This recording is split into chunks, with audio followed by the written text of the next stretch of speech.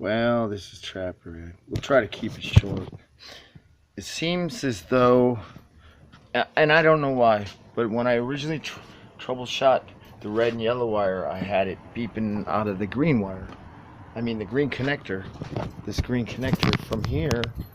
Let me show you again so we know what it is. See, I got my little probe that I made out of a paper clip and wrapped with electric tape so it won't short out. Connected to my meter probe that's also wrapped in electric tape so it won't short out. Is connected to the connector that goes to the purge valve solenoid, which is right here, this Denso, this $170 unit. Yeah, so it goes to this connector here, which I got this paper clip jammed in here so I can troubleshoot and trace out the circuit. So coming over here then, so we don't kill our meter lead. You got to watch it too. Things aren't shorting out on the chassis because I think I got an erroneous reading because this was shorted to chassis. So I've got it up here on this insulation. You got to watch stuff like that. You'll get erroneous readings otherwise. So I took this probe here and I figured, well, I already traced out the green and white wire. It's probably on the same connector. And sure enough, it is. And it's this one. Right in here, if we can get at it with one hand, and that was the problem before.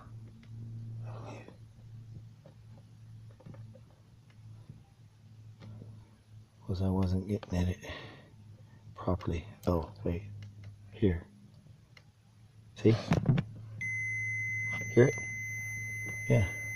There's the red and white wire, right here. 3 in. 3 in. 1, 2, 3 on the same connector that the green and white wire is on, which I traced out. Actually, no, the green and white wires I believe on. See,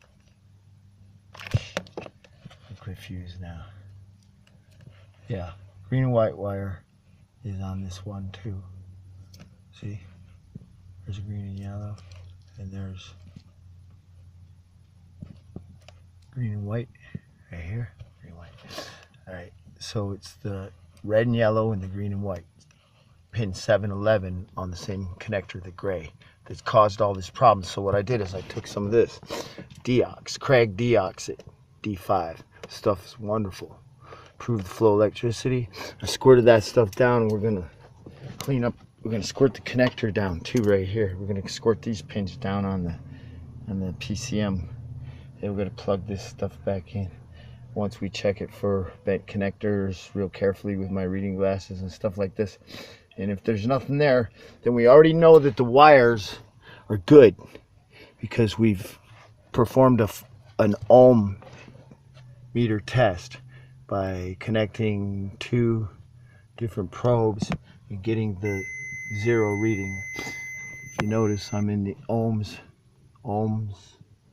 the omega ohms scale on this fluke. It's Radio Shack, but it's actually a fluke.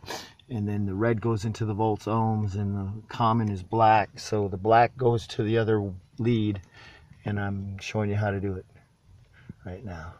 Back probe it with a paper clip. It's good. I already checked the white and green, so all the wires are good. So that's good. That's good. Everything's good. Hopefully it's just oxidized connections. That, you know, oxidization, where the metal oxidizes and then you don't get good contact.